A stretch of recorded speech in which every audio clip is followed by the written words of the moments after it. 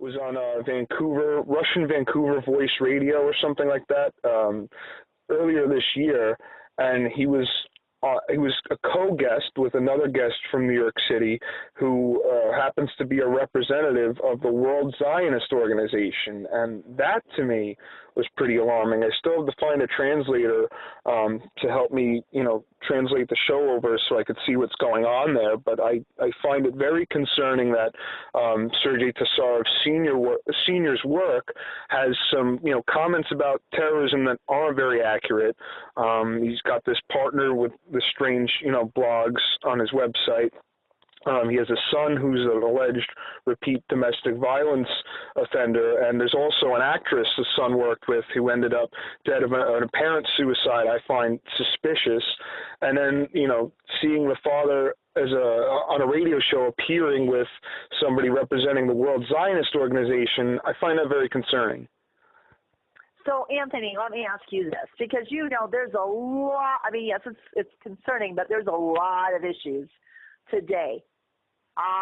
So why this particular clinic? What about this makes it so important to you? What is it that you are trying to uncover?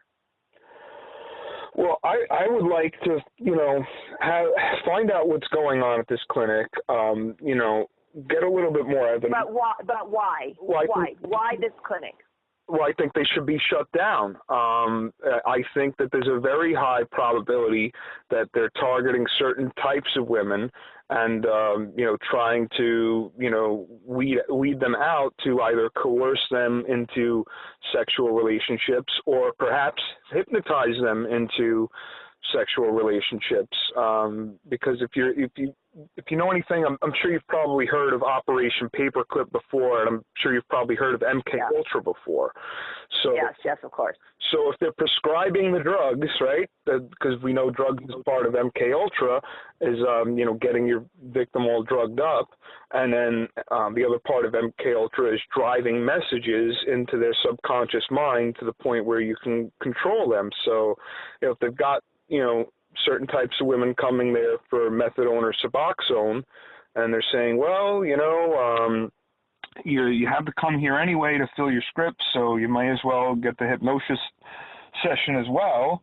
And, a lot of people who are on methadone and Suboxone sometimes might take a little too much, or who knows if these guys are encouraging people to come in there to take a little bit too much, and then putting them through these hypnosis sessions to amplify the receptivity of the subject or victim. And then, from there, who knows where this stuff goes. So I think that... You know what, Anthony, I want to commend you on it, and just for the sake of time, that's one reason why I'm cutting you off there. I appreciate it because there is a lot of sex slavery. There's a lot of underground. For anybody who has seen that really eerie, eyes wide shut or eyes wide open, that movie that was out, this goes on in our government. It goes on around the world. It's in this country. A lot of sex slavery, a lot of abuse against children and women.